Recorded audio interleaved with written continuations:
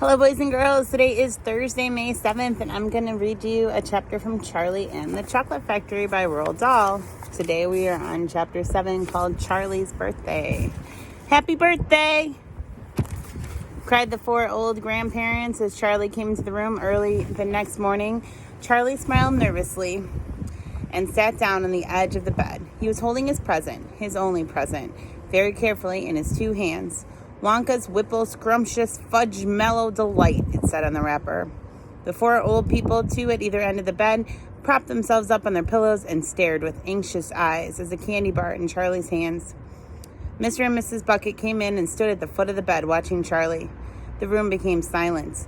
Everybody was waiting now for Charlie to start opening his present. Charlie looked down at the candy bar. He ran his fingers slowly back and forth along the length of it, stroking it lovingly, and the shiny paper wrapper made little sharp crackling noises in the quiet room. Then Mrs. Bucket said gently, "You mustn't be too disappointed, my darling, if you don't find what you're looking for underneath that wrapper. You really can't expect to be as lucky as all that."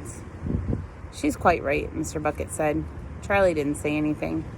"After all," Grandma Josephine said, "in the whole wide world there are only 3 tickets left to be found." "The thing to remember," Grandma Georgina said, "is that whatever happens, you'll still have the bar of candy." "Wonka's Whipple Scrumptious Fudge Mellow Delight," cried Grandpa George. "It's the best of them all. You'll just love it." "Yes," Charlie whispered. "I know." "Just forget about those golden tickets and enjoy the candy," Grandpa Joe said. "Why don't you do that?" They all knew it was ridiculous to expect this one poor little candy bar to have a magic ticket inside it, and they were trying as gently and as kindly as they could to prepare Charlie for the disappointment. But there was only one other thing that the grown-ups who knew, and it was this, that however small the chance might be of striking lucky, the chance was still there. The chance had to be there.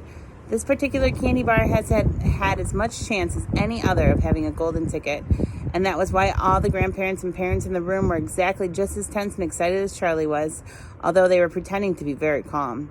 "You better go ahead and open it up, or you'll be late for school," Grandpa Joe said. "You might as well get it over with," Grandpa George said. "Open it, my dear," Grandma Georgina said. "Please. Open it. You're making me jumpy." Very slowly, Charlie's fingers began to tear open one small corner of the wrapping paper. The old people in the bed all leaned forward, craning their scraggy necks. Then suddenly, as though he couldn't bear the suspense any longer, Charlie tore the wrapper right down the middle, and on his lap there fell a light brown, creamy-colored chocolate candy bar. There was no sign of the golden ticket anywhere.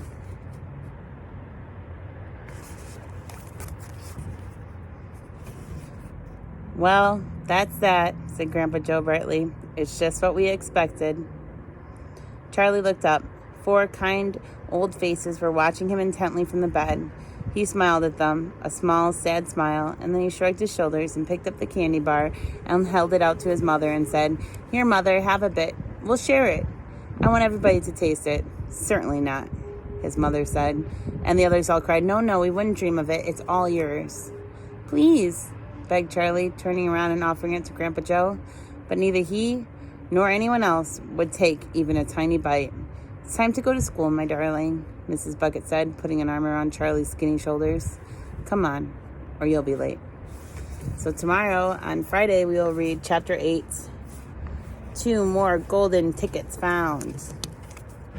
Okay, have a good day. Bye, everyone.